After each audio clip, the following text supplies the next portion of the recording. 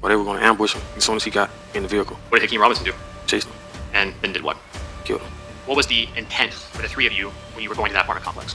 Kill McCormick. Did Hakeem take anything with him? Yes, sir. What was that? Murder weapon. Oh, so you just lied under oath in a deposition. Right. And you lied under oath after swearing to tell the truth, the whole truth, and nothing but the truth. Day 2 and 3 of the KSOO trial was insane. KSOO's body was scanned in the jail to compare to the video of the shooter. The state's star witness snitches on the stand identifying him as the shooter. All right, we got a crime scene tech up to start. I was a crime scene detective for a little over 19 years, and I was with JSO for almost 26 years. So generally, it's any kind of documentation and evidence collection at the crime scene, and that can include photography, evidence collection, and any kind of measurements that are necessary. Yes, I do. I take overall photographs of the entire scene, and then I also take close-up photographs of the evidence. So that's basically evidence placard A, and it's illustrating one of the defects that we located. 70. And that's evidence placard B, and it's illustrating another defect that we located. Now we have pictures of the Nissan Altima that they crashed and then ran from with the 2 weapons in the car. Page 78. Overall photograph of the vehicle and the license plate. Page 79. Another overall photograph of the vehicle. Page 80. And overall photograph of the vehicle and the damage. Page 81. What do we see in this photograph? This is a picture showing that the gear shift is still in drive. When you arrived on scene, was the vehicle still turned on? Yes, Who turned the vehicle off? I did. Page 82. What do we see here? So this is a photograph of the exterior looking inside the vehicle of what's in the driver's seat. You said that at this point you're taking photographs from the exterior of the vehicle? Correct. You're still on scene at this point. Yes. Ultimately, are you going to have the vehicle towed to the JSO warehouse? Yes, we are. And what's the point of doing that? To have a more secure location and then also to get the search warrant. Yeah, so we seal the vehicle, all points of entry, with evidence tape with our names, the date, and the report number. All right, so states 83. So this is also an exterior picture looking in showing a rifle in the backseat. I think this is KSOO's hair, by the way. Not sure which one this is. And ultimately, you're taking your photographs in series? Yes. Is it common that when you have a projectile crash into concrete and walls, that it gets so deformed that it's of no use for comparison? Yes, that does happen. Did you also receive a series of shell casings? Yes, there were also cartridge cases submitted. Explain to the jury the difference between these fragments/bullets and what a cartridge case is. So very simply, a cartridge case is just a metal receptacle that holds all the components of unfired ammunition. You can just tell this girl is smart as shit. And in school, high school, and college, she probably got like straight A's. Yes, I examined that firearm, and there were no 40 S&W caliber cartridge cases submitted to me with these items. Was that firearm, the .40 caliber, functional? Yes, it was. Did the laser sight on the gun work? At the time of my examination, I found it to be non-functional, and I found this item to be somewhat suitable for comparison, which is why I ended up comparing it in this case. And did you note that that had come from the medical examiner's office? The envelope in the packaging that was submitted to me did state that. Caliber class, I found from the measurement and size of the bullets that I took that the bullet was 22/5 millimeter caliber class. And were you able to link that bullet to any of the firearms that you examined? No, my opinion was inconclusive based upon the examination of the bullet to the rifle in this case. There may be later evidence in this case about an XTAR EXP 556 MK1. Were you asked to do some research on that type of firearm? Yes. And that type of firearm, can you describe it for the jury? So it's an AR-style pistol, just the general... I think this is the one that allegedly KSOO had and actually shot him with. They never found that gun though, I don't think. Like, he ran away with it. Made by a company that is now discontinued called XTAR, and that is of a same caliber 223 Remington/556 NATO caliber that is similar to the rifle here in this case, as far as the caliber. Okay, so you're not, obviously you didn't get one of those guns to compare. No, I did not. And you can't make any comparison about whether the cartridge casings and or the fired projectile came from that type of gun. Is that fair? No, I couldn't. I would need to see the item. But is it possible that they did? Just based on the class characteristics, that being the caliber, that they are similar, that would be a comparison I would have to do if the item were ever submitted. But unlike the .40, which you can immediately rule out, that type of firearm could fire what we have in this case. Yes, the XTAR 556 could fire a 223 Remington 556 caliber round. Yes, the examination for any firearm would generally be the same, to test for functionality at the bench and then also attempt to test fire.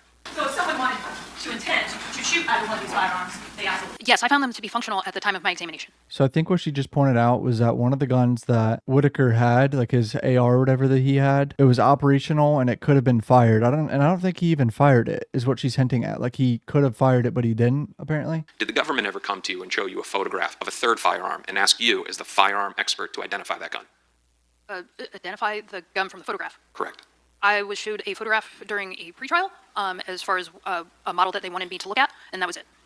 We have a witness up there that was there. I think it's a woman. During the day, were you outside talking with your neighbors on what you call the wall? Yes. Can you explain to the jury what the wall is?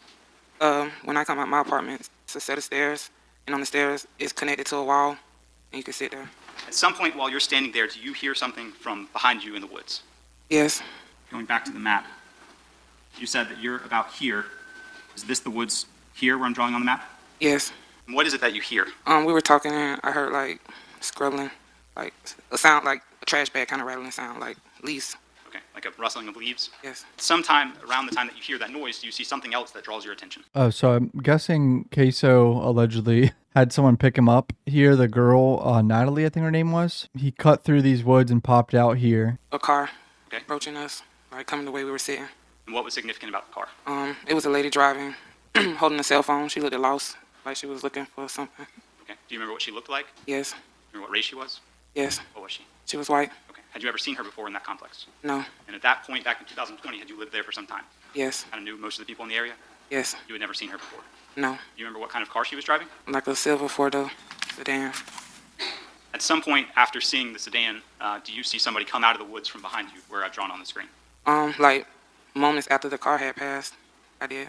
Just the build of the person. Okay. About how tall did he appear to you? Maybe like he was 5'8", 5'9". Okay. What about his build? He was slim. You remember about how much you guessed that he weighed? Maybe like 160, 170. Did you get a view of his skin complexion? Yes. And how would you describe that? But a pecan brown. Could you see his hair at all? Yes. What did that look like? He had dreads. And how long were his dreads? It was to his chin. Do you remember what he was wearing? I remember the top. Okay. What did that look like? A gray hoodie. How long do you think that you saw this person for? Seconds. And what did you do when you saw that person come from the woods? I ran. Okay. Did you ever see them again? No. Did you ever see what happened with the white woman in the silver sedan? No. Eventually, the police came out to the complex, Yes. and they spoke with you. Yes. She does not want to be there, obviously, because she don't want to look like a snitch or anything, but she probably got a subpoena and she has to do this. But she said 5'8" and 160 or 170. Feel like KSOO is probably 180 to 200 or something, like around there, and I think he's 6 foot, right? Do not know, you haven't yourself gone out and measured the height of that wall, have you? No. You didn't measure the level of that elevation, have you? No. Okay. And so, So what I think is going on here, the state attorney's office pointed out that she was a little bit higher up on an elevated part of this wall area, insinuating she doesn't know his actual height and she just thinks he's shorter because she's looking down at him type shit. So now his defense lawyer's up there trying to shit on that. though that you were first sitting down, and then after you heard that sound, you stood up, right? Correct. So you made that observation from a standing position, correct? Correct. Okay. 5'8" to 5'9"? Yes. And you used the word slim, right? Yes. Okay. And the weight range you gave was 160 to 170 pounds. Correct. Okay. And I hate to do this. I don't normally ask people this, but for example, how much do you weigh now? I wear like 180. The description you gave as a skin color was butter pecan brown. Correct. Okay. And that's lighter than your complexion, correct? Correct. Right. And then you immediately said, now you see this person coming out. Did they have a firearm in their hands? No. Okay. And the reason that you took off running was what? Before that, we had got an alert to the phone stating that a murder had happened and what the individual was wearing. So I was asking the police, like, if it happened down there, why would it be down here? Like, why y'all got us? Like almost like it was so far. Yeah. Okay. The information you got, in your opinion, seemed far from where you were. Yeah. Okay. And then so because of that, that's what kind of made you take notice of this individual. Yes. She looked like she was looking Looking around, yeah. Now you She had mentioned a she phone had up. I'm sorry. She had a phone up in her hand, and she was just, like, looking from side to side. Okay, so let me ask you this. When she said she had a phone in her hand, Yes. right? Could you physically see the phone in her hand? Yes. Did she have it to her ear, or she was looking at it? She just had it up, and she was driving. Okay, so did it look as if she was trying to pay attention to the phone and what she was doing? I'm not sure. I just seen the phone in her hand. Okay. Did it look as if she was talking? No, she was looking. Okay. And did you see where that car ultimately came to a stop? Yes. Okay. Did it park? Yes. And did you see that suspect or individual jump into that vehicle? I did not. And that's just because you turned around and took off running? Exactly. Okay. Police, that you had seen the shooter, right? I said Or I the seen suspect, someone. I apologize. You saw the suspect coming out of the woods. Yes. Okay. Did they ever come back to you and try to show you any photographs?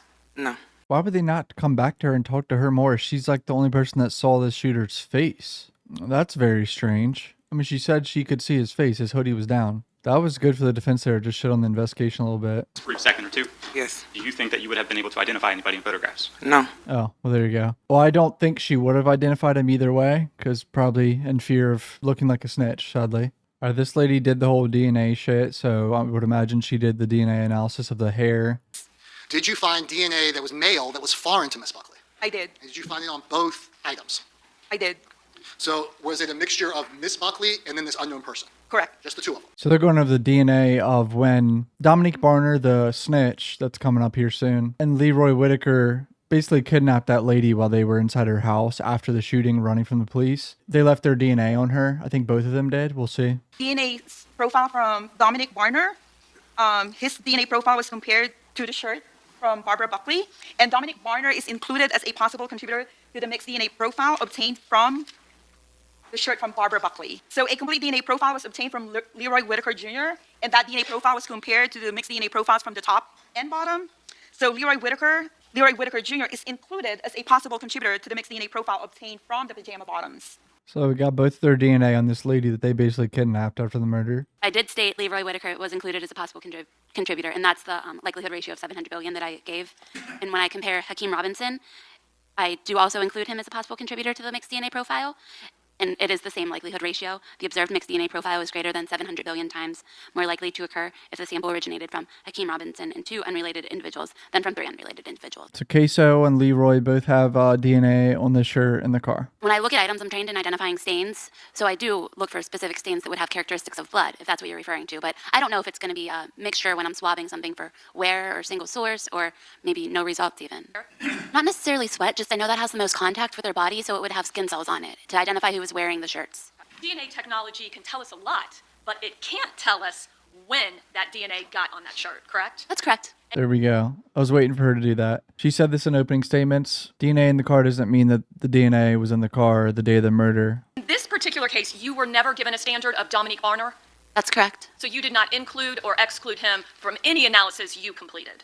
I mean, no comparisons of that person. How about anyone named Chris Brown? No.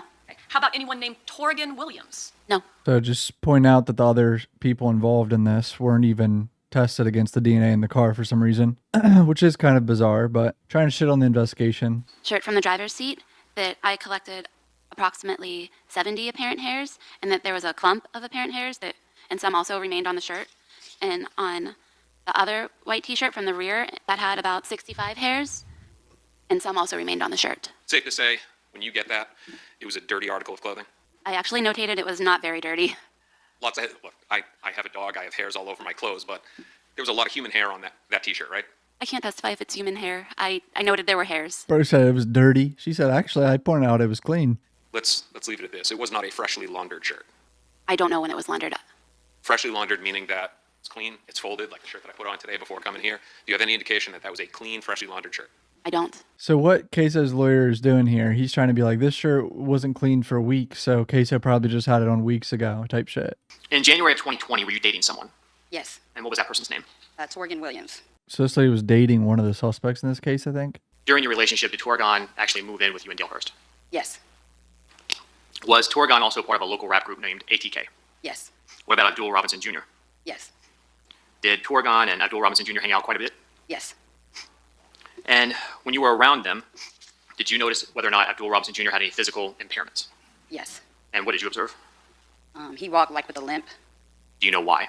He was shot in the head. Was that prior to you and Torrigan dating? Yes. So KSOO's brother, Abdul, limps because he was shot in the head. Jesus. Just hanging, Torrigan doing videos. I've seen him in there too. So you've seen Torrigan and Leroy Whitaker together in videos. Yes, Do you see Leroy Whitaker in the courtroom here today? yes. Could you tell us where he is seated and what he is wearing? In the front right here with the blue jacket. And who's he next to? This white lady right here. Okay. Is that the front table that you're pointing to? Yeah. All right. Your Honor, with the record reflect, Ms. Gann has identified Leroy Whitaker. The record shall so reflect. Are you also familiar with an individual named Dominique Varner? And how did you know who Dominique Varner was? Torrigan's friend. In January of 2020, did Torrigan have his own vehicle? No. Today, are you aware or recognize the name Charles McCormick? Yes. And what's the first thing you remember about that morning? I was being woke up out my sleep. Who was waking you up? Torrigan. And do you recall around what time on January 15th that was? Like early afternoon. And so, do you mean around lunchtime or later, if you remember? Before lunchtime. Was it unusual for you to have still been asleep at that time? No. Right. And why is that? Because I took care of my grandma overnight. After you were woken up on January 15th of 2020 by Torrigan, did you see anyone else in your home? Yes. And who was that? Kareem. Abdul Robinson Jr.? Yes. And what happened after you were woken up by Torrigan? I woke up and I went out to the living room and him and Kareem were there and they asked me to go pick up Hakeem. Did you know why they wanted you to pick him up? No. Did you ask? No. Oh, so this is the Natalie girl, the white girl that went and picked him up at the apartments or whatever. Where did you have to go to pick Hakeem up? Off Arlington Expressway in some apartments. And how did you know where to go? Kareem, I believe Kareem said it, or I don't know if there was a thing on his phone with a map. That I cannot remember. Damn, so this girl, I mean, she's straight up naming like he was the guy that came out them woods that the other girl was describing that had the hoodie on, slim build, somehow he's 5'8", 5'9", so she's saying that was him. I drove my silver Honda. Did Abdul Robinson Jr. have a vehicle at your home that day? Do Yes. you recall what it was? It was an SUV. Were you given anything before you left to go pick Hakeem Robinson up? Yes. And what was that? Kareem's phone. Do you recall what type of phone it was? I believe it was an iPhone. Did you have a phone on January 15, 2020? Yes. I was riding through. I pulled into it's like some brick apartments. I pulled in, and I was like circling around because I didn't really know exactly where he was at. So I was like going through a loop, and I got a call on the phone. I don't know if it was an Instagram call. I can't recall, a regular call, FaceTime, and it was Hakeem saying, "I'm down here, like turn around." Do you recall what the apartment complex looked like? It was brick buildings. And showing you States Exhibit 179. Do you recognize that photograph? Yes. And is that those same apartment complexes? Yes. Now, explain again when you initially pulled into the apartment complex. Do you know what building you went to, or where exactly did you go? I went straight. It's like one way in, one way out. I went down, and then I went to turn around. Were you looking for someone? Yes. And that's when you got the call? Yes. After you got that call, where did you go in the complex? Can you repeat that? Sorry, where did you go in the complex? I pulled in to like right here, right here, the spot, like right here. And what happened when you pulled into that spot? Hakeem came from under, like up from over here. And what did he do? He got in my back seat. She literally drawing marks where he popped out the woods. You said he got into the backseat of your car? Correct. And did he have a firearm with him? No, Today, do you recall what he was wearing? I don't. Do you remember what his hair was like that day? He had like dreads, but they're like twisty looking like dreads. And about how far down did they go? Like right here. This ain't a good look for KSOO right now. After you got Hakeem Robinson and you got into your car, where'd you go? Back to my house. Did y'all talk at all on the way back? No, About how long did it take you to get back to your house on Dalehurst? about 5 minutes. And when you got back, what did you do? I don't know if I handed Kareem's phone to Hakeem or gave it back to Kareem, and I went back to my room and laid back down. Did you ever ask them about what happened on January 15, 2020? No. And shortly after this, did you stop dating Torgon? Yes. No further questions, Judge. All right, Scotty's lawyer's up. And my understanding is you do know who Leroy Whitaker is, Yeah, like I know who he is. Yeah. but you've never spent any time with him? No. Never had a meal with him? No. Never sat down and had any kind of a long conversation with him? No. Okay. Didn't see him on January 15th? No. Okay. Thank you, ma'am. I don't have anything. All right. Separating her client from this witness. Now, her client was just identified as the guy popping out of the woods in a tracksuit and a hoodie, so she got some work to do. Who was supporting them because Torgon Williams wasn't working, was he? No, I also used to take care of my grandma, and I got paid for doing that. Who paid you to take care of your grandma? My dad. And how much money did you pay taxes on that job? No. Okay. She's coming at her ass financially. And like I said, Torgon Williams wasn't working, was he? No. Isn't it true that you were selling drugs at that time out of your house? No. And the grounds? Okay, let me see counsel sidebar. What is the relevance to that, honestly? The man you're married to now, right? Yes. You started dating him after you broke up with Torgon Williams, right? Yes. He was arrested in 2022, right? Yes. He was living with you at the time, right? No. Because let's be clear. You're testifying now that you had information about a homicide that occurred in January 2020, right? Yes. You never went to them with this information, right? No. They had to come to you, right? And the case we are here for is for the murder of a young man by the names of Charles McCormick, right? Yes. You have no idea who that was. No. He's a complete stranger to you. Correct. Now, you just testified on direct for the state that you picked up Hakeem on the day of the murder, right? And brought him back to your house. Yes. And that at the time you lived at 750 South Dalehurst Drive, which was right around the corner from where Charles McCormick lived, right? It was 7520. 7520, right? But that's right around the corner from where Charles McCormick was murdered, the strip mall. That's where your house was. Yes. A mile away. And when this murder happened in 2020, it was broadcast all over the news, right? Yes. Your testimony is that you knew there was a murder right by your house, right? What do you mean? When did I know, though? What do you mean? When did you know that there was a murder? You had to have known when you saw the news later that day. Yes, later that day. Yes. Within 24 hours, you knew that that murder happened and it involved your boyfriend, Torgon Williams, right? I didn't know for sure. I just seen the death of Charles McCormick on the news. At the strip mall, right around from your house, right? The one where you claimed that you heard the gunshots from your house, right? I didn't never say I heard any gunshots. Okay, because you were asleep all morning, right? Yes. And can't testify to anything that happened at your house before you woke up, right? Correct. But you picked up the shooter and you helped him get away, right? So what his lawyer's trying to do here is make her look like a willing participant, not someone who's oblivious, just picking someone up. Hakeem Robinson. That's who I picked up. And they are claiming he is the shooter, right? Picked him up and helped him get away and evade capture, right? I guess if that's what you want to say, I was just picking somebody up. Okay. Because if you claim you didn't know anything, then you can't get charged for accessory after the fact, right? I didn't know anything. So you're telling this jury that after you, Torgon or Kareem comes into your house and says, I need you to go and pick up Hakeem from the woods. You go and pick him up. You see later the day. From the woods. That's not what was said. Okay. So we're going to break it down, but this is what you want the jury to believe. You had no clue. You continued living with Torgon Williams, right? Yes. You had no discussions with him about what went on that day? No. Even though you had just seen on the news all this information about the case and know that they asked you to go and pick up somebody from that apartment complex? Correct. And you just didn't talk about it? No. Okay. So that you can come here and claim, I didn't know, right? No, I didn't talk about it. You're asking me, I didn't talk about it. No. You don't know that as you sit here today? No. So your testimony is Torgon Williams was not involved in the murder of Charles McCormick? No, I don't know that if he was. I don't know. You don't know? No. All right. But he's been free for the past 5 years, right? I don't know where he's been. I haven't talked to him. As far as you're aware, he hasn't been arrested? I don't know. Okay, but as far as you know, as he sits here, Raekwon Howard has been charged with trying to execute both you and Torgon Williams. Yeah, he's been charged. And that's what he tried to do. He tried to kill you both, right? Did you shoot back? Yeah. You had your own firearm at the time?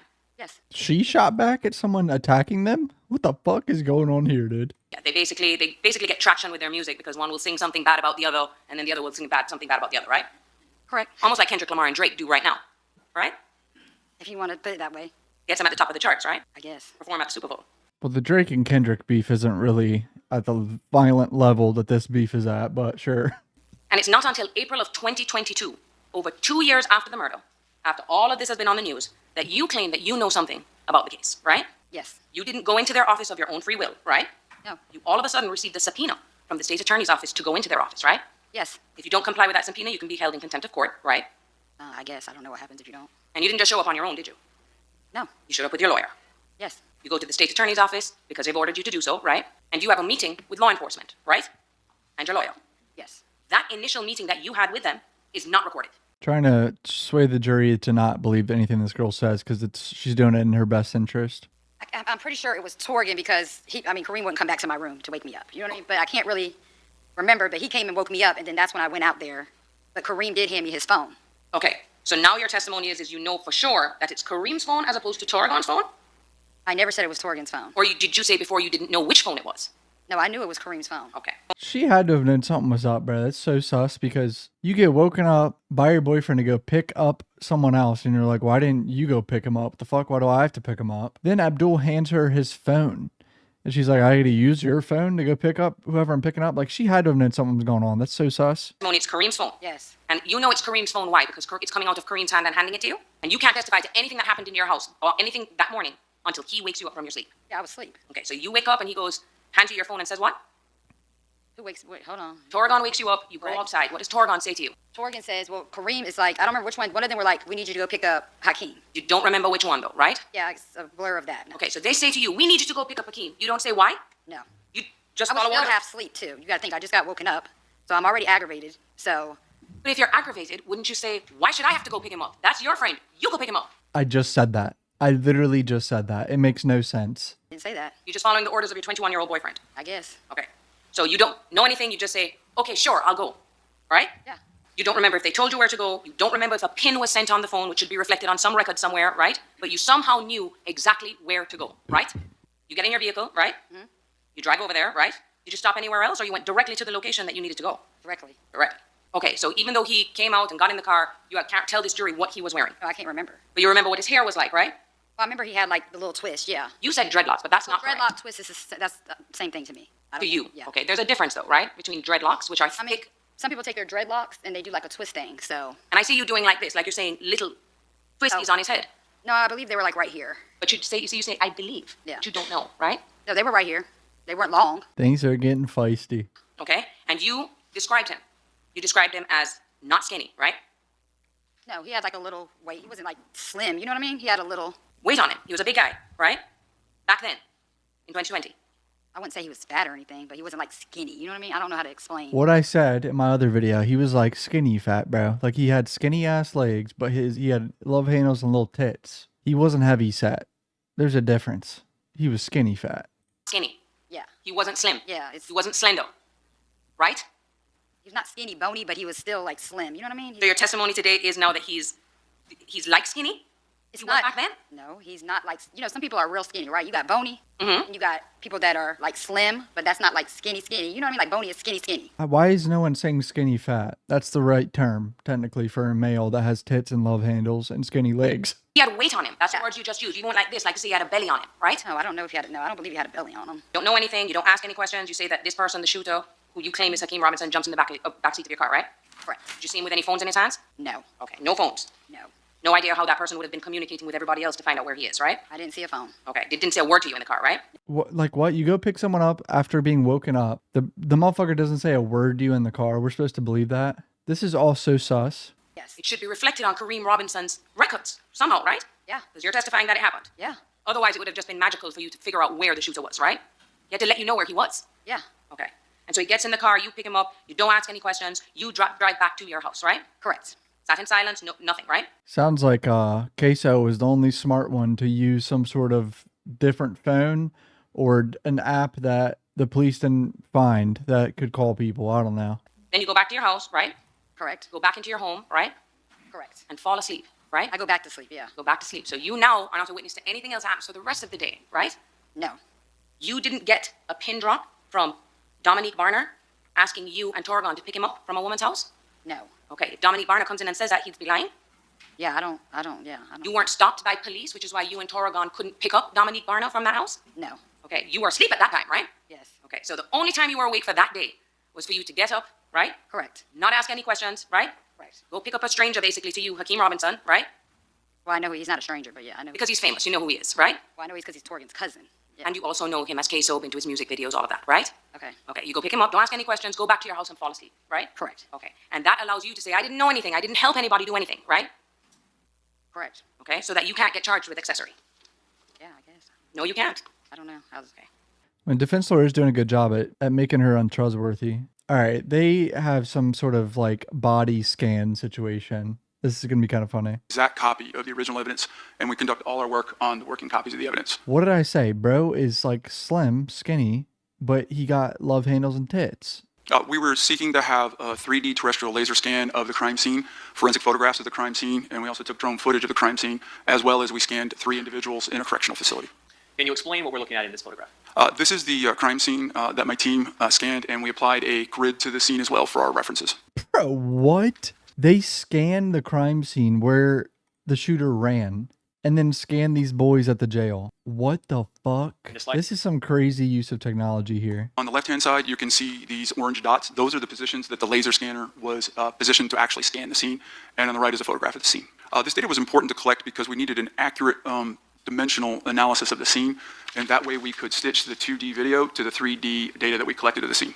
Can you explain what we were looking at in this slide, sir? This is the setup that we used to scan the 3 individuals at the correctional facility. As a positive control in this process, the team set up several identifiers on the wall, including those little square boxes with the weird-looking circles and dots in them. Those are targets for the laser scanners. And then we also included a calibrated line on the wall for various heights, and this was confirmed with a calibrated laser measuring device. We then had each of the individuals assume several poses, and they were photographed, and this is the photographs of those poses. Bro had to go through poses. This is crazy as shit. This is for K2? This is for K2, yes, sir. And for K3, who is Leroy Whitaker? Yes, sir. And finally, K4, Dominique Varner? That's correct. Now, the equipment that was used to collect 3D laser scans of these individuals, is it extremely accurate? It's very accurate. And is it capable of collecting an accurate height measurement for those individuals? Yes, it is possible. And though that wasn't required for your analysis, did Mark Johnson, while he was conducting these scans, get a laser scanned report of the barefoot height for those known individuals? Yes, it's my understanding he did. And are the laser height measurements for those individuals consistent with your overall analysis in this case? Yes, they are. And what is the height marked in that slide? Based on this slide, it's approximately 6.03 feet. All right. And He's exactly 6 foot. Or not exactly, but 0.03. Holy shit. to the right is that K3 and 4, both Leroy Whitaker and Dominique Varner. That is correct. All right. And what are their reported heights on the slide? Mr. Whitaker is 5.62 feet, and Mr. Barner is 5.5. Yes, because of the, I'm going to call it corridor of this walkway, both the individuals had to traverse the similar path. And because of the step up, the way their feet hit the ground on the step, they funneled through this area. And there were several frames where when we superimposed one individual over, because the scene didn't change, we then could see that they followed a very similar path. Now, slide 27. The K1 height, the 5 foot 10 inches, you did not conduct that analysis yourself, did you? No, I did not. And is that what was reported through the medical examiner's report? That was a report I received from the medical examiner, yes. Now, regardless of that, looking at these two individuals together, were you able to form any opinion as to how comparatively their heights, the shooter to the victim in this case, how they compare? Yes, I was. And what was that opinion? It was my opinion, based on the side-by-side, is that the K1 shooter was at least as tall as the K1 individual. And Q1 was the shooter? Q1 is the shooter, yes. And going to the next slide, which is slide 29. They got these boys highlighted. Body shape and everything. Holy shit. Can you explain what This is crazy use of technology. Wow. this slide depicts in the creation of that 3D kinematic model? After the camera match overlay, the computer produces a frame for each, produces an image for each frame of video. The kinematic model is then articulated. The joints are moved to overlay the model over each frame of video. And this is, in this case, it was conducted over 28 individual frames as the individual moved away from the camera in perspective. And I'm going to go to the next series of slides, starting with number 30. What is this? This is a result of the kinematic model analysis. Starting with slide 32, is this the first frame of the 28 total frames that were used? It is. And can you also explain to the jury kind of how scaling works and why the 28 frames were important in this case? Yes. As an object moves away from the camera, it's going to get smaller. As it comes closer to the camera, it's going to get larger. So the model, kinematic model, is generated not just on one image. We use multiple images as that object, in this case a person, is moving away from the camera. That allows us to make sure that the scale is consistent in the 3D environment throughout the placement of the model. And what I've done here is the bottom, again, the top is a photo of the individual. On the bottom, I have overlaid the kinematic model over the scan of the K2 individual in several articulated positions. Simply, we had them hold several poses so we could clearly see the joints of that individual and then overlay the kinematic model into those same poses and positions at the joint locations. And 63. Same process was applied to K3 and K4. The top is the photograph, the bottom is the laser scan. And then we overlay the kinematic model onto the laser scan in the various poses. And then we're on slide 65. Is that K4, Dominique Varner? Same process for K4, photo, laser scan, and then overlay of the kinematic model. What are we looking at in slide 67? These are the scans of the three individuals, side by side, on scale. Slide 68?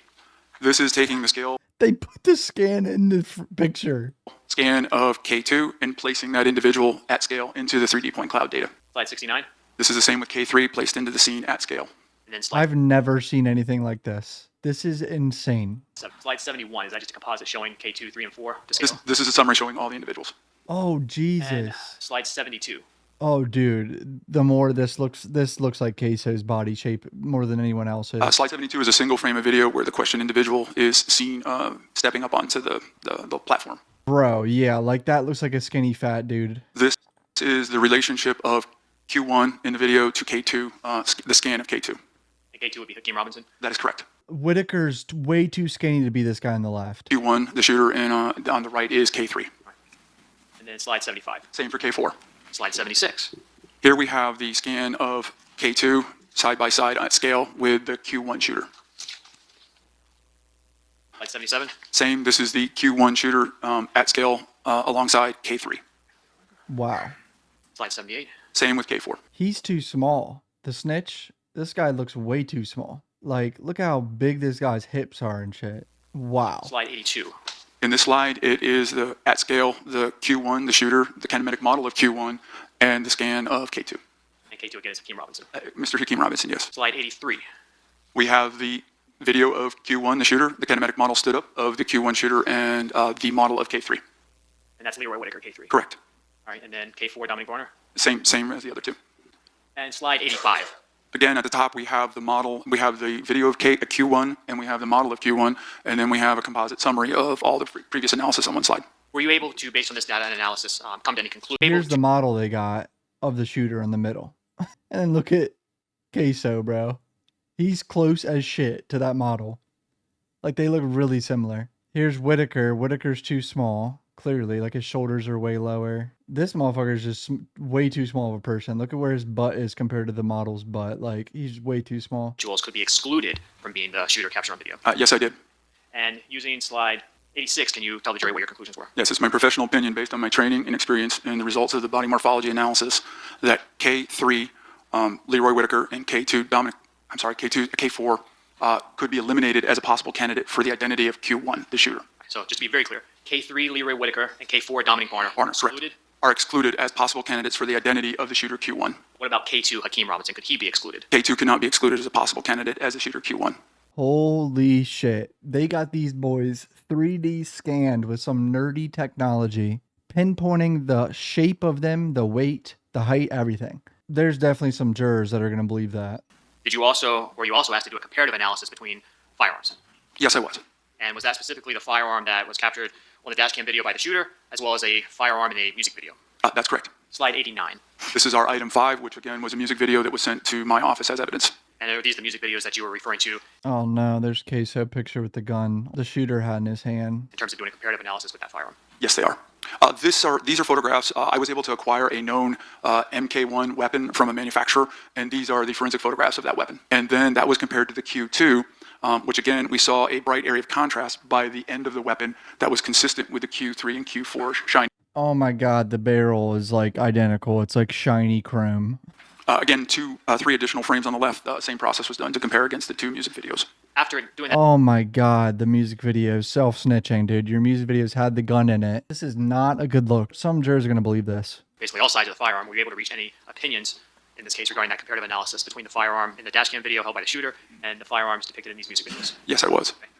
It is my professional opinion based on my training experience and the results of the comparative analysis that the question weapon in the video of the event of interest, the shooting, and the question weapon in both of the music videos, as compared to the known weapon, produced a identification with a strong source of a strong strength of a common source that the question weapon in all three videos was an XTAR EXP 556 MK1 with a stainless steel barrel or a chrome barrel. Holy shit. This boy might be cooked.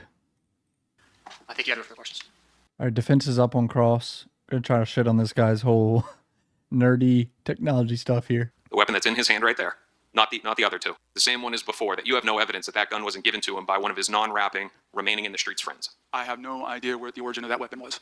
Oh, he's trying to throw one of his friends under the bus or something. It was non-rapping, remaining in the street friends. So you can't say that in January of 2020 that Mr. Robinson's hair looked like that. I cannot attest to that at all. And you're not testifying to that. That's not the purpose of this slide. No, that is not. You can't tell this jury the race of the shooter from your work, right? No, I cannot. Can't say the gender? No, I cannot. You can tell us that it is a human being within a range of a height of a little bit under 6 feet and a little bit above 6 feet, right? That would be a correct statement, yes, sir. You're not saying that Hakeem Robinson is a shooter. I am making no assessments to that whatsoever. For you to be able to rule out others that have motive, right, that are within that range, couple inches lower, couple inches higher, you would have had to have been presented by the government with their person so you could scan them, right? To keep everything equal and fair, yes, they would have gone through the exact same protocol that we put all the other known individuals through and then run them through the exact same analysis process. Did they have you analyze Christopher Brown? No, I did not analyze that individual. Torgon Williams? No, I did not analyze that individual. Abdul Robinson Sr.? No, I did not analyze that individual. Do you know the exhaustive list of people that would have a motive to go after Mr. McCormick? No, I do not. Is that question better for the detectives and law enforcement that are on this case? I'm not at liberty. It's not within my exam. I don't know who in this jurisdiction would be the appropriate person to investigate that. Lawyer 101, casting doubt, saying they didn't investigate everyone else. All the other people have possible motives that could be this person in the mask and everything. So you weren't present on this day, right? No, I was not. You had one of your colleagues, two of your colleagues, come down here to Jacksonville to scan Mr. Robinson. That is correct. And that's one of them right there. Yes, that is Mr. Mark Johnson. Right. Now, the bottom of that tape, that's right about 6 feet, right? There's an error, there's a very small error margin, right? Correct. That is 6 foot with a very small device is very precise. Your colleagues, they're very precise in the instructions for what you're trying to collect, limb length. But when they're doing the height determination, part of the instruction is not for that person like we all have at the doctor's office to stand with their heels up against the wall together and to let them know we're measuring your standing height. I can't speak to what a doctor office does, but we made specific decisions on the placement of the feet when we did this analysis. My question to you is as the expert, if I'm standing with my feet apart, right, I'm shorter than if I stand with my feet together. That would be correct. By a small amount.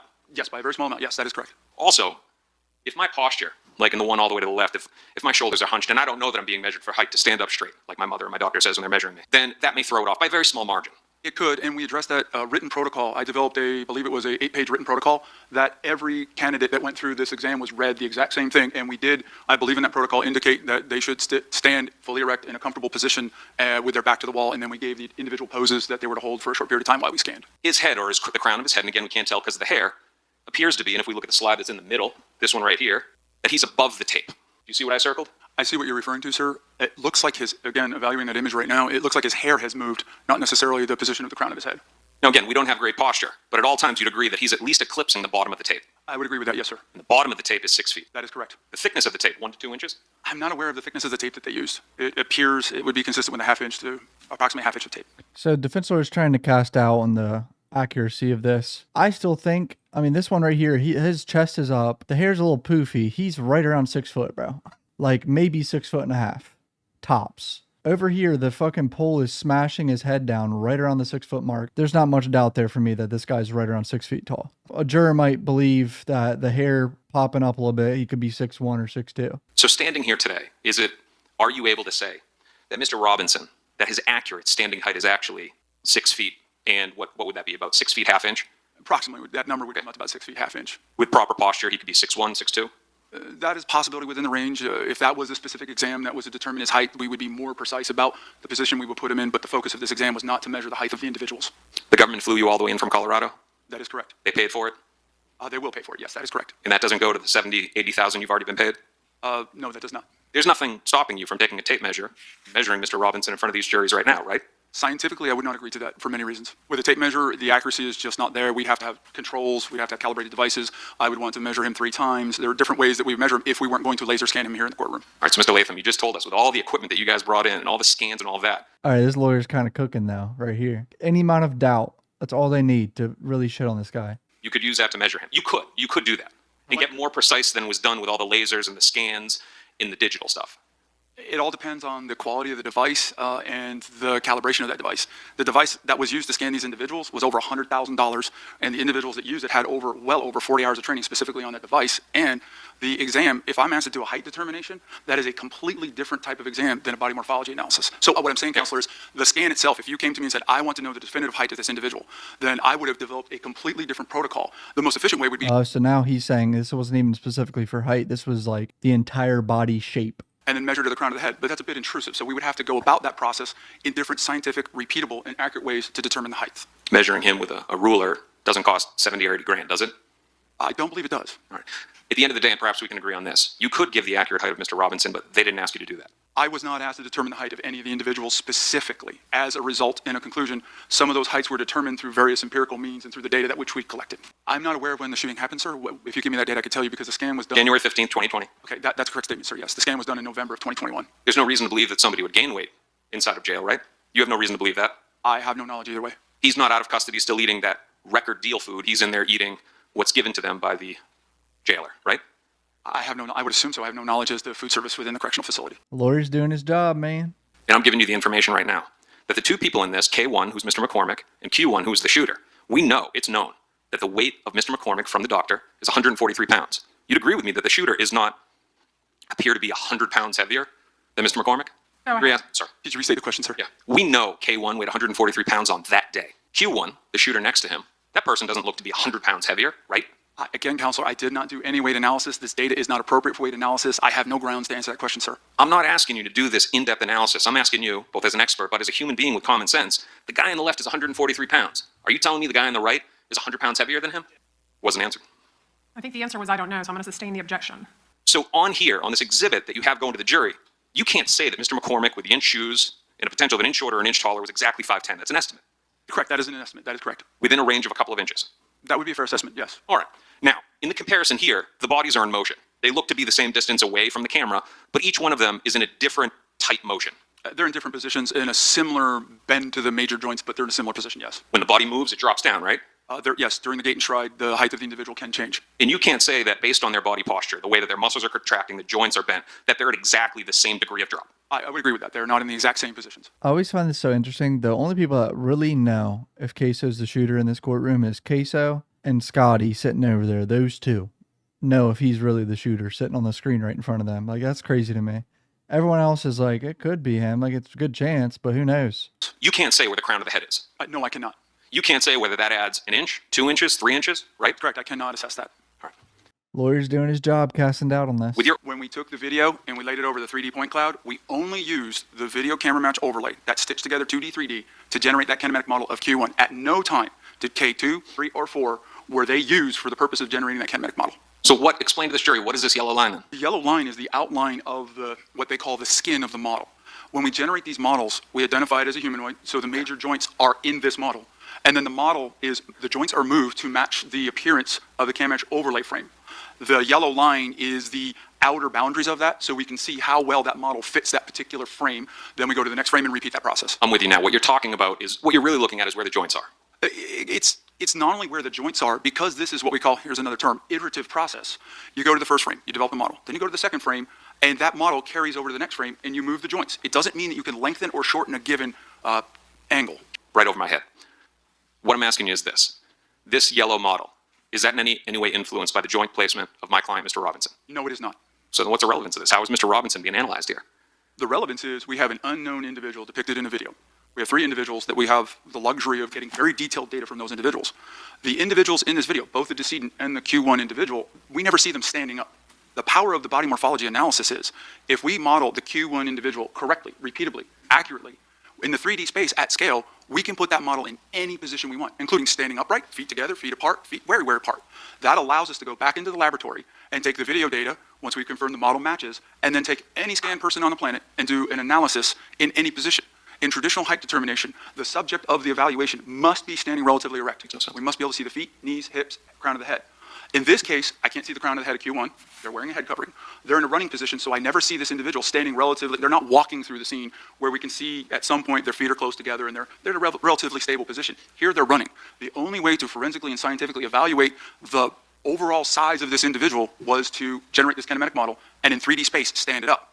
Then with that Q1 model stood up, we have very accurate, very detailed data of 3 individuals. We then placed those side by side. That was the final slides where you have the Q1 shooter in the running position. You then have the Q1 model, and then we have K2, 3, and 4 standing side by side. Wow.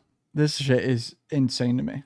I think some of it made sense, but to a lay person, I don't know, man. Like to a juror, like the average person, I think some of them might think it looks like him and believe it, but then some of them might just say, fuck no, this is too confusing. I'm not going to like even take into account any of that, really.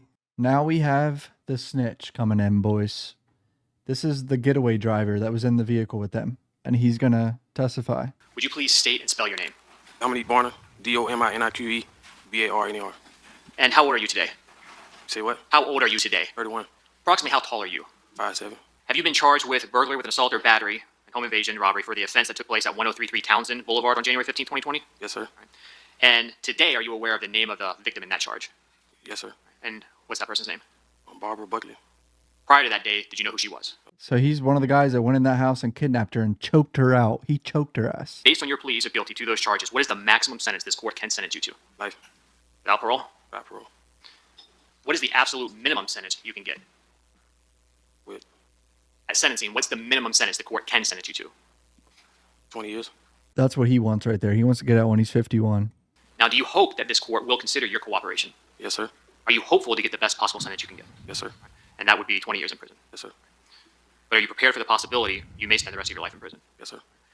Are you familiar with a local rap group called ATK? Yes, sir. Was Abdul Robinson Jr., Kareem, part of ATK? Yes, sir. What about Hakeem Robinson? Yes, sir. Leroy Whitaker? Yes, sir. Thorgon Williams? Yes, sir. Based on your relationship with that group, and specifically Abdul Robinson Jr. and Hakeem and Leroy Whitaker, did you become associated with ATK? Yes, sir. And are you also familiar with another local rap group named Six Block? Yes, sir. Do the groups ATK and Six Block get along? No, sir. Do they basically hate one another? Yes, sir. Are you familiar with the street term ops? Yes, sir. What does that mean? Opponents, opposition. Are ATK and Six Block ops of one another? Yes, sir. Do members of both rap groups put out songs that are disrespectful about other individuals in the other group when they've been hurt or killed? Yes, sir.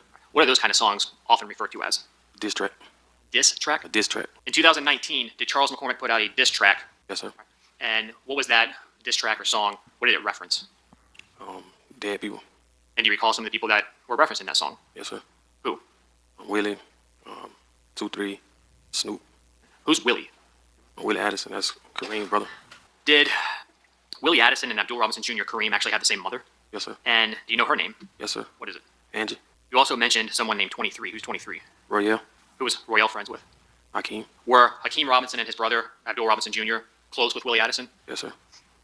Do you remember when Willie Addison was killed? Yes, sir. And when was that? January 15th, 2019. So exactly 1 year prior to Charles McCormick's murder? Yes, sir. How was Willie Addison killed? Shot. Are you aware of if anyone else was with him at the time he was shot? Yes, sir. Who was with him? Abdul Robinson Jr. and Sr., Torian, Moody, and Sam. Did they all get shot as well? Yes, sir. Do you know where Abdul Robinson Jr., Kareem, was shot? Yes, sir. Where? His head. Did it take a long time for him to recover? Yes, sir. Was he still physically suffering some of the effects of that shooting in late 2019, beginning of 2020? Yes, sir. Prosecutors going over potential motive on why the Robinson family would want revenge. If you know, what does the lyric "smoking on Willie" mean? You smoking on a dead person. Is that a good thing? No, it's a bad thing. Was, excuse me, Abdul Robinson Jr., Kareem, aware of this song? Yes, sir. What about Hakeem Robinson? Yes, sir. Leroy Whitaker? Yes, sir. Were they upset over that song? Yes, sir. After you heard the song, did you attempt to reach out to Charles McCormick? Yes, sir. All right. And how did you do that? With my fake page. And why did you do that? Tell him like what he was doing wasn't cool. Was, to your knowledge, Charles McCormick involved in any way in the shooting of Willie Addison? No, sir. What does it mean on the street if someone's described as soft? Not capable of nothing. That's street. Okay. Was Charles McCormick known as soft? Yes, sir. So he DM'd him on his fake page saying like, hey, stop doing this or some shit, and then was a part of the murder. That's crazy. Were you able to find out where Charles McCormick was living? Yes, sir. And how did you get that information? Through Core. Say that again? Through Core. And what is CORE? It's a website for like public information. Is it the clerk's public website? Yes, sir. And on that public website, what did you find that provided some of the information you were looking for?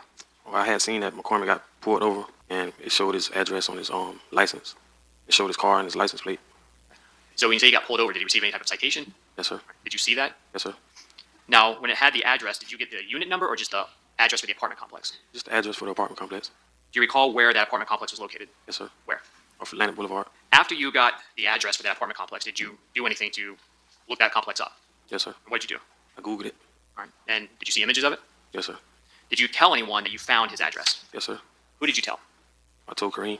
After that, did you continue to monitor Charles McCormick's Instagram page? Yes, sir. Were you trying to keep tabs on him? Yes, sir. In December of 2019, did Charles McCormick post anything that kind of caught your attention? Yes, sir. And what was that? Posted a picture And why was that of interest to you?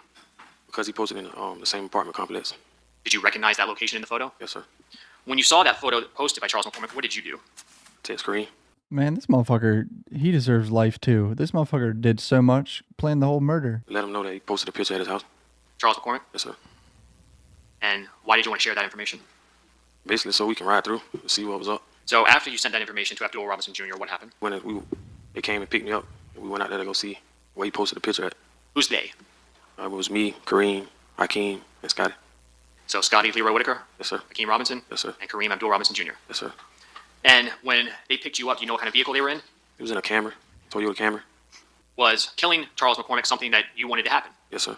Is it something based on the group and everyone going over there? Was that something that Leroy Whitaker wanted to happen? Yes, sir. Abdul Robinson Jr., Yes, sir. Hakeem Robinson? Yes, sir. When all of you went over there that day, did you see Charles McCormick at the complex? No, sir. Once you found out where Charles McCormick lived in December of 2019, why wasn't he killed right away? Because he took a vacation. Charles took a vacation? Yeah. You know where he went? Went to Vegas. How were you able to find that out? Through Insta. Say that again? Instagram. Were you still trying to monitor his location? Yes, sir. And at some point, did he come back from Vegas? Yes, sir. And did you find that out? Yes, sir. How? Through Instagram. Do you recall when you saw that information? Yes, sir. When was that? It was on the morning of January 15, 2020. So the morning he was killed. Yes, sir. He noticed he got back from vacation. They killed him the same day. What happened when you got to Charles McCormick's complex that morning? Well, we rode back through where he stayed at. And what were you looking for? His car. Was his car still there? Yes, sir. Once you observed the vehicle, did y'all continue to drive through or did you stop? We stopped. All right. And what happened after you stopped? We back there next to his car, and Kareem wanted to see like the tag for himself, so he got out and looked at the tag, and got back in. And what did he say? He was like, "That is it." Kareem confirmed that was the correct car. What did all of you do? We left. Where'd you go? We went to Eastport Apartments off of Main Street. And what was the purpose of going there? We get a stolen car. Did you get a stolen car from there? Sir. What kind of car? A Nissan Altima. You remember the color? Yes, sir. What It was great. And what was the purpose of getting a stolen car? No trail. Say that again? No trail. No trail? Yeah. Okay. And what do you mean by that? So it won't come back to none of us. Who got into the Nissan Altima? Me, KSOO, and Scotty. Who was driving the vehicle? Me. How'd you get the keys? They was handed to me. By who? By KSOO. Hakeem Robinson. Yes, sir. Dude, this is next level snitching. Robinson do anything or say anything to you when he handed you the keys? Yes, sir. What was that? He smirked. He smirked at me. What did you take that to mean? That I was driving. Did you drive Hakeem Robinson and Leroy Whitaker back to Charles McCormick's apartment? Yes, sir. And what was the intent for the three of you when you were going to that apartment complex? Kill McCormick. Bro is singing for the hills. Did Abdul Robinson Jr. and Torgon follow? Yes, sir. On the Nissan? Yes, sir. What was their role or assistance in following you? Make sure the police don't get behind us. Okay. Because if the police got behind a stolen car, what would happen? We get pulled over. Do you recall what Hakeem Robinson was wearing? Yes, sir. What was that? Nike jumpsuit. You remember anything about the colors? Yes, sir. What? It was black and gray. Top or bottom? You remember, are you talking about tops, bottoms? You said tracksuit, so. Top and the bottom. Driving to Charles McCormick's apartment, were you armed? Yes, sir. What kind of firearm did you have? A Glock 23. A handgun? Yes, sir. And what about Leroy Whitaker? He had a rifle. Okay. What kind of rifle? M&P 15. And had you seen him with that rifle before? Yes, sir. What about Hakeem Robinson? He had an assault rifle pistol. Did Hakeem Robinson have a firearm? Yes, sir. And what type? Assault rifle pistol. Do you remember anything about the make or model of that assault rifle pistol? Yes, sir. What was it? The AR X-Star. Say that last part again? The AR X-Star. AR X-Star? Yeah. Had you seen Hakeem Robinson with that firearm before? Yes, sir. Where? Really always had it. He always had it. Oh my God. But they were going to ambush him as soon as he got out as soon as he got in the vehicle. All right. So ambush who? Charles McCormick. And when you say ambush, what does that mean? Well, we call it run down. What does run down mean? It's ambush. Okay. Did you all have to wait a long time for Charles McCormick to come out of his apartment that morning? Yes, sir. Do you remember about how long y'all were waiting? Was it hours? It was hours. They were sitting around for hours. This whole thing is just so fucking stupid, dude. Like, it's just pure stupidity. Did Charles McCormick make it to his vehicle? Yes, sir. Did he try to leave the apartment complex? Yes, sir. And when you saw that, did you, Hakeem Robinson, Leroy Whitaker, stay at the apartment complex, or did you follow him? We followed him. Do you think Charles McCormick saw you? No, sir. When you left that apartment complex, do you know where Abdul Robinson Jr. and Torgon Williams went? No, sir. Did Chris Brown follow you? Did anybody let Abdul Robinson Jr. and Torgon know that y'all were leaving the apartment complex? No, sir. So separating the other people involved from being the actual shooters in the car, because that's the defense's tactic, remember, is that the other dudes weren't really investigated enough. Did you pull into that same shopping plaza? Yes, sir. Do you know or remember where in that plaza you parked? On the side of the building. Was it close to Express Employment or a little distance away? It was close. Did you stay there the entire time? No, sir. Now, when you got to that complex, the shopping plaza, were you concerned about anything?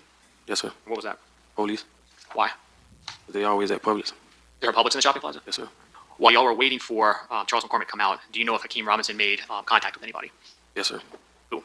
He made contact with Kareem. And what was the purpose of that? I asked him to do a surveillance check. And could you hear that conversation? Yes, sir. And do you know what kind of call that was? If it was a cell call, FaceTime, Instagram, any of those things? No. Did Kareem, Abdul Robinson Jr., agree to come up there and do a surveillance check? No. Hakeem Robinson tell Raekwon Howard that you heard? Well, he was telling him that one of his homeboys was sleeping. He was finna get killed. He was taunting, remember, on Instagram or whatever. We're still waiting for Charles McCormick to come out. Was there any discussion about what firearm was going to be used? Well, Hakeem wanted to use my firearm. Your handgun? Yeah. Why? I have no idea. Did you let him use your handgun? No. You didn't want him to use it? No. If he used it, what would you have to do with it? Get rid of it. Did Hakeem Robinson ever touch your handgun? Yeah. How? He picked it up. It was like, I'm finna use this. I said, no, you're not. So what happened when Charles McCormick came out? Well, Hakeem jumped out. Jumped out of what? Jumped out of the car. Was that the plan? No, sir. All right. How was that different from what the plan was? Well, I came up with a plan of getting closer to his car so when he get in the car, he could jump out of the passenger seat and shoot him as soon as he got in his vehicle. I could pull off faster. And did he wait for Charles McCormick to get closer to his vehicle or get into the vehicle? No. What happened after Hakeem jumped out of the Nissan? Shot at him. Shot at who? McCormick. Did McCormick stay there? No. What did he do? He ran. What did Hakeem Robinson do? Chased him.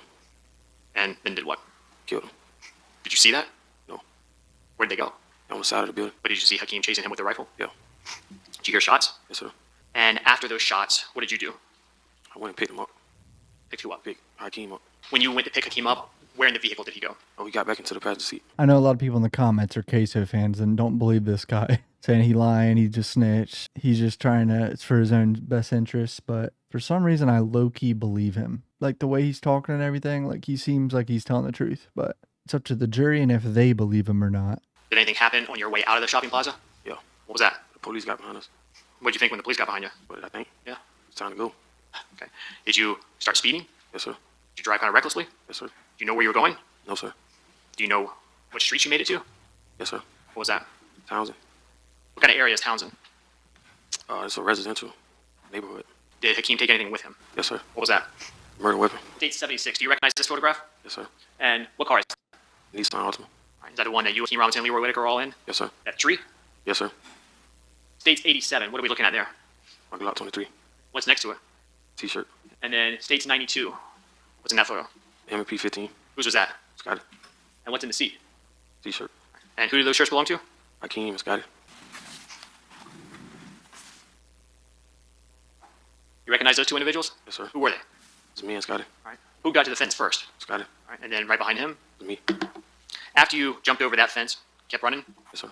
And where did you and Leroy Whitaker make it? Made it to a patio. Is that the patio of the home that you and Leroy Whitaker made it to? Yes, sir. When you got to that location, what did the two of you do? Why were you and Leroy Whitaker going into that house at that time?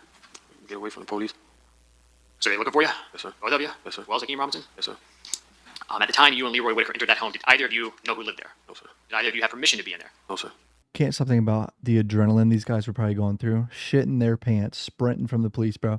That's always terrified me. Did you even know if anyone was home before you went into that house? No, sir. Once you made it into that house, where did the two of you go? We went to the first one we seen. And where in the house was that? if you remember? I can't remember. What kind of room was it? Looked like a guest room. So some sort of bedroom? Yeah. Now, what was the purpose of you and Leroy Whitaker going into that room? To hide. So what did you do when you made it into the room? I got into the closet. What did Leroy Whitaker do? We kind of like stood. I was telling him to get under the bed. Did he? No. What did he do? He tried to get in the closet with me. What happened while the two of you were in that bedroom? The lady came. And how did you see the lady? When she opened the door. What happened after she opened the door? She seen us. When she seen me in the closet, and she seen Scotty standing outside the closet. Did she say anything to the two of you? Yeah. What'd she tell you? She was like, y'all got to get out of my house. Were you or Leroy Whitaker going to leave the house at that point in time? No. Could you go outside safely? No. Why? Police. What did this lady do next after she saw y'all and told you to get out? Escorting us to the door, to the front door. She opened the front door? Yeah. Then what happened? She screamed. She screamed for help. And after she screamed for help, what happened? Pulled her back into the house. Who did? Me. All right. And did Leroy Whitaker help you pull her in? Yes, sir. And then once she was pulled back inside her house, what happened? Well, I kind of like took her to the ground. This guy's a piece of shit.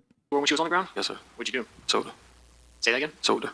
Choking an innocent woman in her house. Scumbag piece of shit right here. Put your hands on her throat? Yes, sir. And what were you trying to do? Really just trying to scare her. Did you? Yes, sir. After you were choking her, did Leroy Whitaker say anything to you? Yes, sir. What was that? He asked me, did I want to kill her? What'd you say? Said, yeah. Did you want to kill her? No. And why'd you say that? Just so she can cooperate. Did she cooperate with both of you? Yes, sir. What'd you make her do? Made her get on the couch. Did you take anything from her? Yes, sir. What was that? Took her phone. And why'd you do that? She couldn't call the police. Did you have a cell phone with you? Yes, sir. Was it working? Yes, sir. Was it on? I was dead. What about Leroy Whitaker? Yes, he had a phone. How were you and Leroy Whitaker planning on trying to get away? Well, call and ask for help. I couldn't hear you. Call and ask for help. So who would have been calling? Say that again. Who was calling for help? Scotty. Do you know who he called? Well, the first person he called was Kareem. He called anybody else? Yes, sir. Who? Called Blue. Did someone eventually show up? Yes, sir. Who was that? Blue. You know how he knew where to find you? Yes, sir. How? Scotty dropped the pen. What's a pin? Prior to Abdul Robinson Sr. Blue showing up, did you and Leroy Whitaker take anything else from the house? Yes, sir. What was that? Clothes. Did you have permission to take the clothes? Yes, sir. Did you and Leroy Whitaker both change your clothes? Yes, sir. And why were you doing that? Changed the description. When you got into the vehicle with Abdul Robinson Sr., was he the only person in that vehicle? Yes, sir. And did he then drive both you and Leroy Whitaker away? Yes, sir. Were there police still in the area? Yes, sir. Did you tell Abdul Robinson Sr. about what happened? Yes, sir. And so he became fully aware of everything that had took place? Yes, sir. Before telling him that, when you got in the car, did Abdul Robinson Sr., did he ask any questions of you? Yes, sir. What did he want to know? He asked me. Sustained. Did you ask Hakeem Robinson anything about what happened? Yeah, I asked him, like, where he ran to. And what did he tell you? Told me he made it to some apartments. Do you know what happened to the firearm? He told me he threw it in the creek. Do you know how he got away from the apartment complex that he made it to? Yes, sir. What did he tell you? That Natalie came and got him. So bro really did leave that gun in the woods, I guess. That's crazy. While you were still at Abdul Robinson Sr.'s home, did you see anything or hear anything that kind of spooked you a little bit? Yeah, we watched the news. What did you see on the news? Seen a video of me and Scotty jumping the gate. Did you eventually make it back to your apartment? Yes, sir. After you were arrested, was DNA also taken from you? Not in an interview. Right, but by... Later on, yeah. Did photographs get taken of you? Yes, sir. Cross-examination gonna be interesting. Let's go. And you met Leroy through a very good friend of yours at the time, Mark Clayton, right? Right. Okay. And he's somebody that you ended up testifying against, right? No. You never testified against Mark Clayton? No. You were just willing to, Yeah. and the case worked out Right. before you ever had to come into court and testify. Right. Bro's gonna snitch twice on a different case. You were more than willing to testify against your friend Mark Clayton, right? Correct. And that provided a benefit for you, did it not? Correct. You got out of jail faster, didn't you? Correct. Okay. What year did you do that? 2017. Okay. So before you Unreal. even met Leroy Whitaker, you had your first cooperation under your belt, right? Oh, it was after I met him. I think it was after you met him? Yeah. Because you met Leroy when you were 23 and he was still in high school, right? Right. Okay. But you think that was before 2017? It was 2017. Okay. You were very good friends with Abdul Jr., correct? Right. Who was the cousin of 17-year-old Leroy Whitaker, correct? I wouldn't say that they're cousins. Okay, you don't know that Abdul Jr. Robinson is the cousin of Leroy Whitaker? Never heard that. Okay. How about Hakeem Robinson? Yeah. You do know that he's cousins with Hakeem Robinson. Right. And you know that Hakeem Robinson and Abdul Robinson Jr. are brothers. Correct. Okay. This motherfucker is dumb. He didn't realize that Scotty was Abdul's cousin. Oh my god. And you weren't forthcoming with the Jacksonville Sheriff's Office that night, were you? Not completely. No. Okay. Well, yeah, you actually lied to him, didn't you? Correct. I mean, it was an intentional lie, right? Correct. Told him specifically you never touched Miss Buckley, correct? Correct. Told him specifically you never took anything, correct? Correct. Told him specifically you didn't know how you got picked up. You didn't know who picked you up, right? Correct. So on January 15th, you were willing to lie because it was convenient, correct? Right. I mean, you didn't want to tell him all the details of supposedly what you'd done, right? No, ma'am. Because you certainly weren't ready to cooperate yet, right? Fast forward to August of 2020. You had remained in jail, right? Correct. Now, by this time, you've been formally charged with not one, but two full homicides, correct? Correct. And this second homicide dealt with the death of Damon Rothermel, right? Correct. Now, Mr. Rothermel was not known to you, correct? No, ma'am. He ended up being an innocent bystander whom was shot during a drive-by shooting on another target, right? Right. So in August of 2020, you decided, I'm going to look out for me, right? Correct. And by this time, you fully knew the state theory, correct? As in, You knew they thought Hakeem Robinson was the shooter, right? I guess. Well, they laid it out for you, didn't they? No, they didn't lay nothing out to me. And yes or no, sir? No. Is it your testimony that when you walked in August 2020 and met with the state attorney's office, that you didn't know the state of Florida thought Hakeem Robinson was the shooter? No. I'm sorry? I wouldn't be able to answer that. Well, either you knew or you didn't know, sir. I just know they wanted the truth from me. Okay. That's what I gave them. Okay.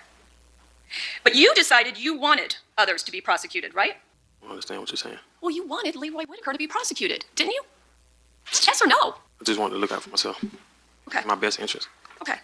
But they agreed to lower it for you, right? Correct. You got it lowered all the way that you can hope to walk amongst us in 20 years, right? Correct. And actually much less than that, because you have 5 years credit, right, sir? Correct. So in 15 short years, you can be out and walking amongst us, right? Hopefully. And you do have a lot of hope for that, right? Yes, ma'am. I mean, you feel in your mind it's justified that you should get 20, right? Correct. Because in your words, you've provided justice, that, right? Correct. And that's why you, in your mind, should get 20 years for the death of two fellow human beings, right? Right. Okay. Your job, as we kind of sit here today, and as it has been since you signed up, officially in September of 2020, that's when you did your plea agreement, correct? Right. Okay. It's been to make the state happy, right? Well, as I stated before, it's not to make them happy, it's just to tell the truth. Well, you need to satisfy the state, correct? Right. Because they're the ones that are going to make a recommendation at the time of sentencing for you, right? Right. And they can recommend life in prison if you don't give answers that satisfy them, correct?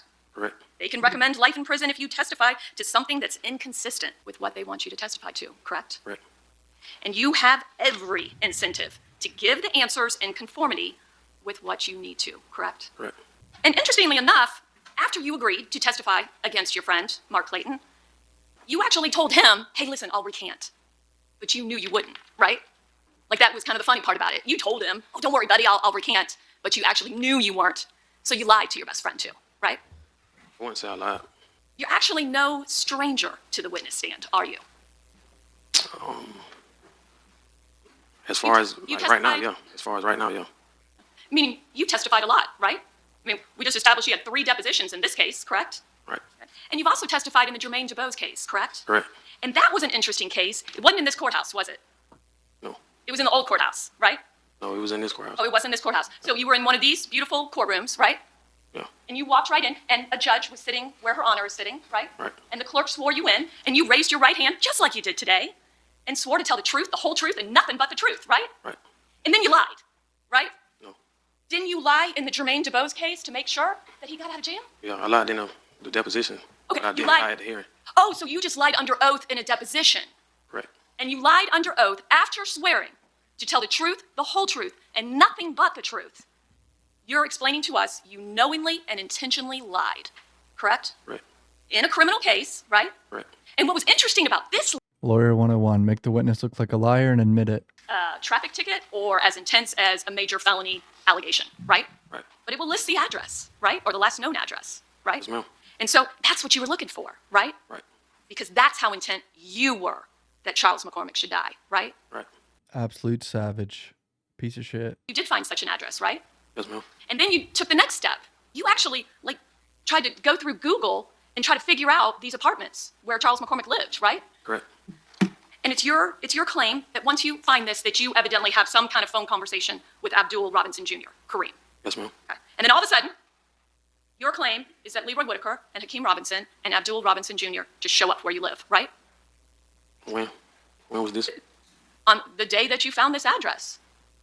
That we went and looked. That's your claim, isn't it? Or is there a time lag? Yeah, it was when he posted the picture. When we went in. Okay. Leroy Whitaker, no specific words had come out of his mouth indicating he knew what you were doing or what the plan was, right? Yeah, no words came out of his mouth. Because Right. again, in your mind, everyone just knew, right? Correct. In reality, you really don't have any memory of him saying anything at all, do you? Well, when we got there, it was a discussion. And, How it was going to happen. and you don't remember who said it, but your testimony is that when you're at McCormick's apartment on January 15th, there is developed this plan between the three of you that Leroy Whitaker is going to jump out of the car and run down Charles McCormick, right? Correct. And that he's got this big old gun that he's going to accomplish, right? Correct. Leroy Whitaker never gets out of the car, does he? No, ma'am. Leroy Whitaker never shot anybody, did he? On January 15th, 2020, Leroy Whitaker did not shoot a person, did he? No, ma'am. He did not pull a trigger, did he? No, ma'am. All right, case's lawyers up. And the only reason Charles McCormick was murdered was because of you, right? And other people. Well, let's break that down. You did not like the lyrics of the song that he put out, right? Right. You saw the post on his Instagram account, right? Right. You decided you wanted to kill him, right? You started this, right? I want to say I started it. Well, it started with your irritation with his song lyrics, did it not? It irritated everybody. Okay, I'm not talking about everybody else, I'm talking about you. Yeah. It irritated you. Correct. That caused you to go on Instagram, right? Right. And now you sit here in front of this jury, and you have a deal from the state of Florida, right? Right. And as part of that deal is you have to sit here in front of these juries and say that Hakeem Robinson was the shooter, right? Correct. Now, so we've got those two cases that are covered by your plea agreement, which don't encompass all the charges that they just chose not to charge you with. You also have the burglary with an assault or battery, right? Right. And you were facing life on that. Yes, ma'am. And that's because burglary with an assault or battery is a first-degree felony, what we call a PBL. You know what PBL means, right? Yes, ma'am. What does it mean? Honest with my life. And now, even though you were charged, you were also charged with home invasion robbery, right? Right. But that was for the exact same thing. The burglary with assault or battery kind of is like the same thing as home invasion robbery, right? Right. So they wouldn't have been able to prove that anyway, right? So they changed the charge to burglary with assault or battery for you to plead to. You pled guilty to burglary with assault or battery, right? Right. Okay. Now, you're charged with that because you went into Barbara Buckley's home without her permission, right? Right. You terrorized her, didn't you? Right. You put your hands around her throat, didn't you? Yes, ma'am. And you choked her in her own home.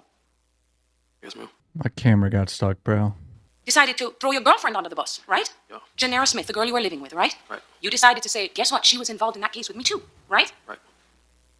Now, we're going to Bro snitched on his girl? Why? but let's talk about what the truth actually means to you, okay? I'm going to talk about the history of the times that you have lied and that they know about it, okay? Okay. And we're not just talking about lying in everyday setting like, regular people. I'm talking about you have lied in a bunch of different court proceedings, right? Depositions, right? Right. And I'm not talking about depositions in our case. I'm talking about depositions in the Jermaine Dubose case, right? Right. Everybody got together, the lawyers for everybody, and put you under oath, didn't they? Right. Same oath you took today, right? Right. In front of the presence of the state attorneys. And you lied under oath, right? Right. You didn't care about the truth then, did you? No, ma'am. You lied to detectives before, right? Right. You have lied to state attorneys before, right? Right. And even when they know that you lied in those depositions, right? Right. Put that aside and still let you testify against Jermaine Dubose, right? Yeah, at the hearing, yes, ma'am. It didn't matter to them that they knew that you had committed perjury, did it? No. And nothing prevents you from lying here today, does it? We just have to take your word for it, right? That's a question. What was the question? We just have to take your word for what you say today, right? Yes, ma'am. Now, I want to also go into issues of perjury, because you've gotten passes on those as well, right? Right. Perjury is lying under oath, correct? Correct. It's not just misdemeanors. That's not a misdemeanor charge, right? Right. If you lie, for example, in the investigation of a homicide, you could be charged with a first-degree felony, right?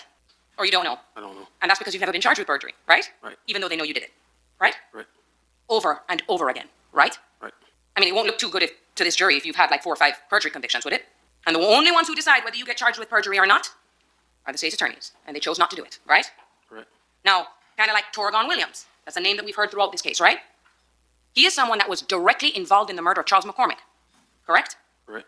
They haven't charged him with it, right? Right. He's been roaming free for the past 5 years, right? As far as you know. Yeah, as far as I know. Because you've been in jail for the past 5 years. Right. And you told them all about Torgon Williams' involvement and everything that he did back in 2020, right? Right. But they didn't take your word for it, because he was never arrested. Yeah, sustained. He was never arrested. He hasn't been arrested, has he? For the murder of Charles McCormick? No. Did you testify on direct that you witnessed a phone call between Raekwon Howard and Dominique Garner? When Mr. Cooper was asking you questions, right? Yeah. He asked you, did you see Hakeem Robinson make a phone call to Raekwon Howard while you guys were in the parking lot? Correct. And you said yes, right? Right. Now, in this case, you sat just for us 3 separate depositions, right? Right. And these depositions weren't short, were they? No. You were deposed by all of the attorneys for over 9 hours, right? I don't know the exact hours. But it was on 3 separate occasions. Right. And we had to actually break it up into 3 because each day we went till 5, right? And we ran out of time. Right. Each attorney for each defendant painstakingly went through very detailed questions, right? Step by step about what happened, right? Right. And you never once mentioned in any one of those depositions to any of us in the presence of Joel Cooper that you saw a call from Raekwon Howard on Hakeem Robinson's phone. Did you? Well, they already knew that. They what now? They already knew that. Okay, they know that from Raekwon Howard. I'm talking about you. When we are sitting down and asking you questions, you told us so many details about every single thing that you did, right? You even remembered this phone call from Hakeem to Kareem, right? Right. And we would ask you questions. What happened next, right? Right. Ms. Slacks at one point even had to say to you, Mr. Barno, I don't want a situation to show up where we are in a courtroom in front of 2 juries and you say something we've never heard before, right? Right. And the first time that any of us have ever heard from your mouth that you witnessed a call from Raekwon Howard to Hakeem Robinson was today, right? Bro, why is my camera glitching, man? She's making him look like a liar. You said it before? Yeah. Where? I told the state. Okay. Oh, okay. So let's talk about that. You told the state when I wasn't there, right? Correct. You told the state when Mr. DeCoste was not there, right? Right. When you told them? I don't remember the exact date. Did you recently meet with the state's attorneys in preparation for your case today? Yes, ma'am. How many times did you meet with them? All right, let me see court on counsel sidebar. Defense lawyers did a pretty good job there. Comment down below what you guys think. Hit subscribe. Love you guys. Peace out.